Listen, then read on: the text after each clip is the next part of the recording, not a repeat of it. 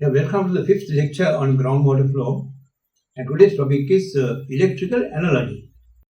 Now consider the overall differential equation again.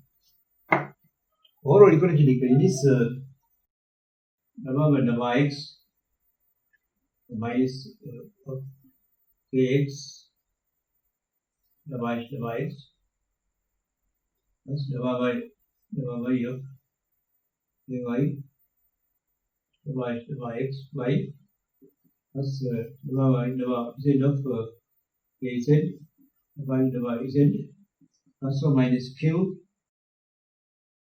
Overall differential equation for groundwater flow, delta by delta x of kx delta x by delta by y of ky delta x by delta by delta z of kz delta z plus so minus simple q is equal to Sc times specific storage times delta h delta t.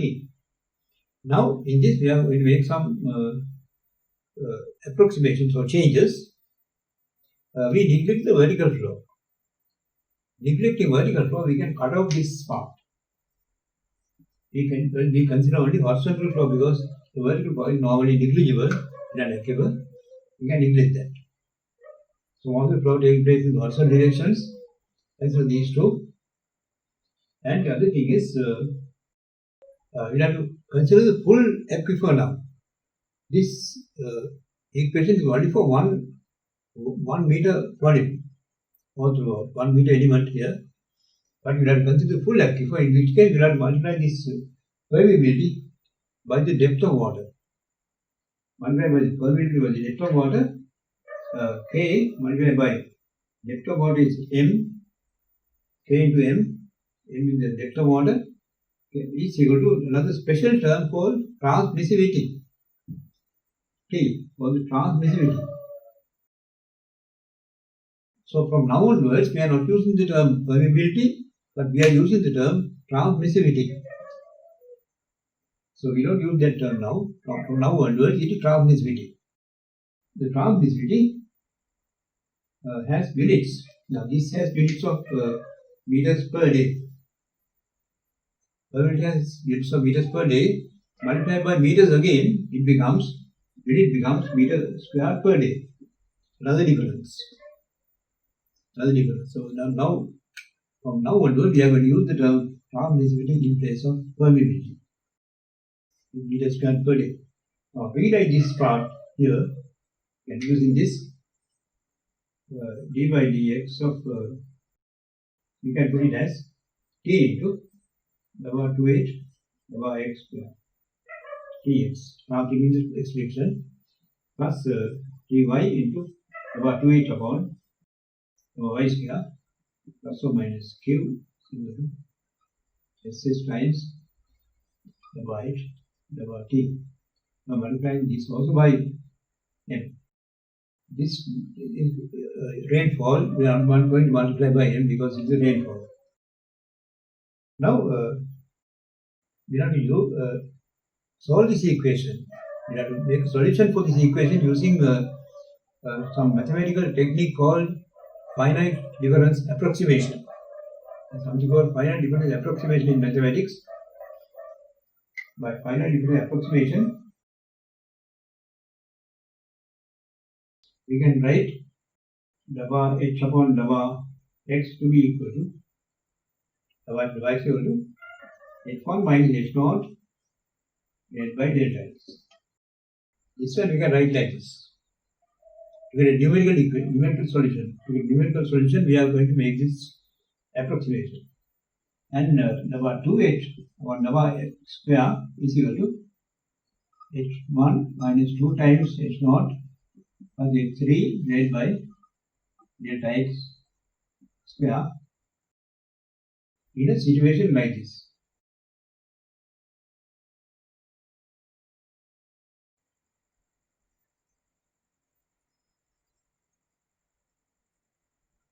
H1, H2, H3, H4, H0 here. And then when we reach our abstraction, Q going to struggle.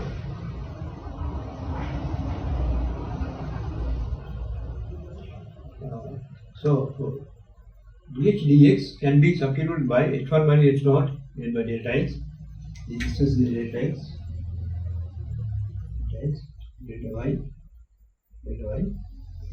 h, and d2 h,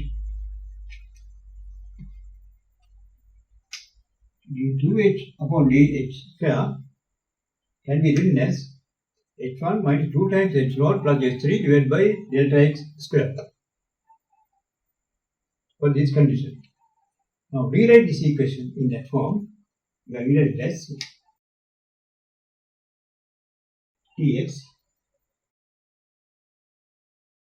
h1 minus 2 times h0 plus h3 divided by delta x square plus dy times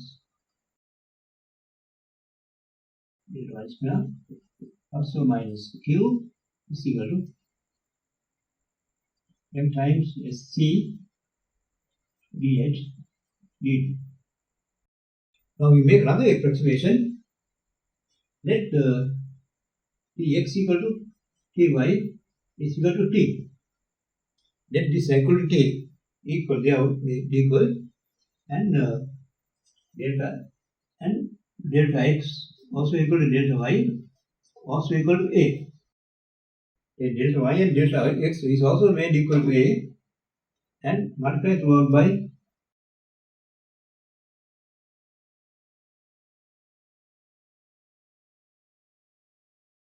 A square and multiply throughout by A square, and can rewrite the equation as Tx T into h1 plus h2 plus h3 plus h4 minus 4 times h0 plus multiply by a0 means multiply by this a square, it becomes plus or minus capital Q is equal to m multiplied by a square into sc into dh dt. Equation like this. Now sc multiplied by the whole volume here, it becomes, I cut this off and put S storage coefficient. Earlier we put specific storage coefficient only for one unit volume. Now it's for the full volume of aquifer. It becomes SS. So it's substituted to be SS. This is storage coefficient.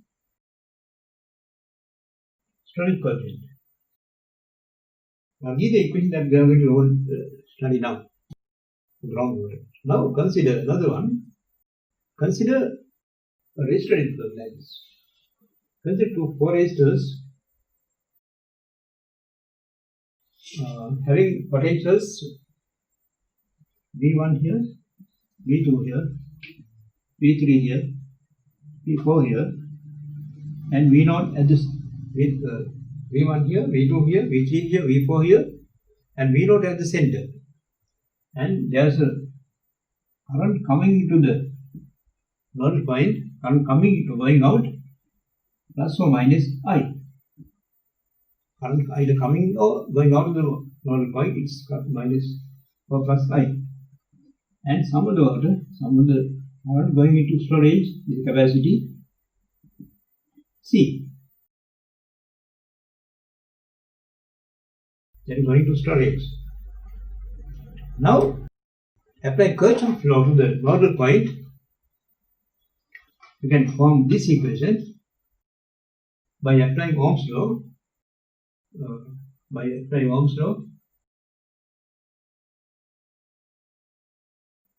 You can apply Ohm's law to the nodal point, Kirchhoff's law to the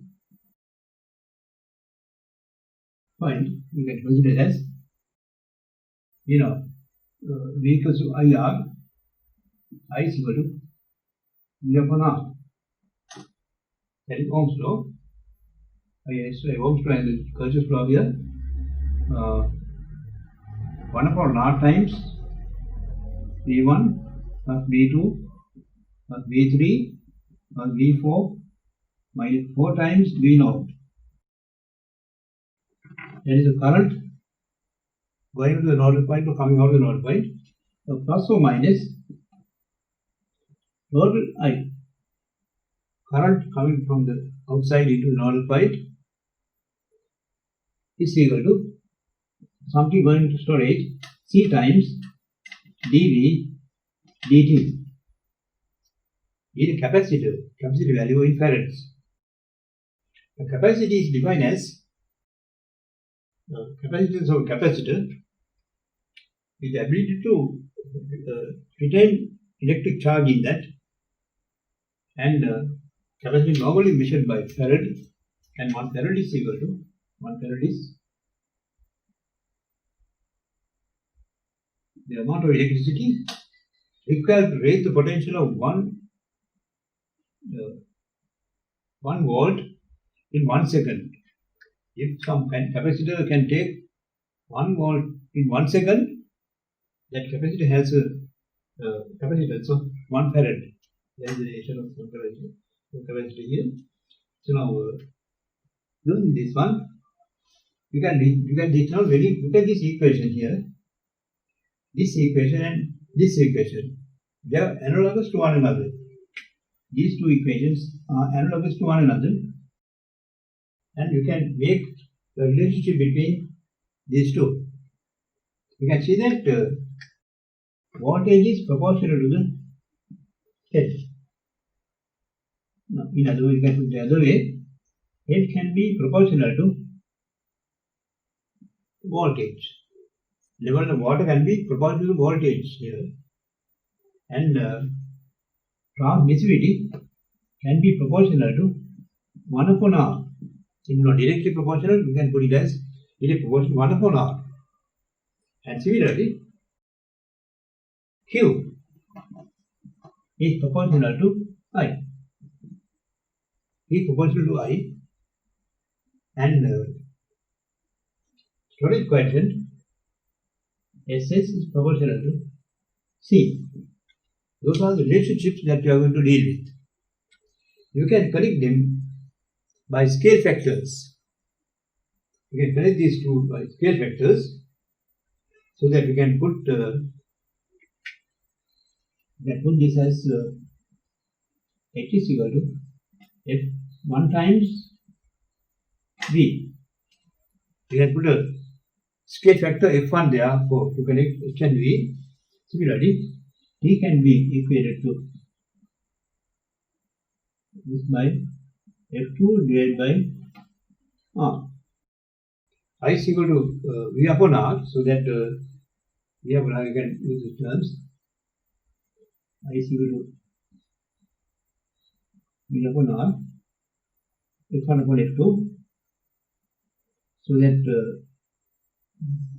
Q is equal to F1 upon F2 times I.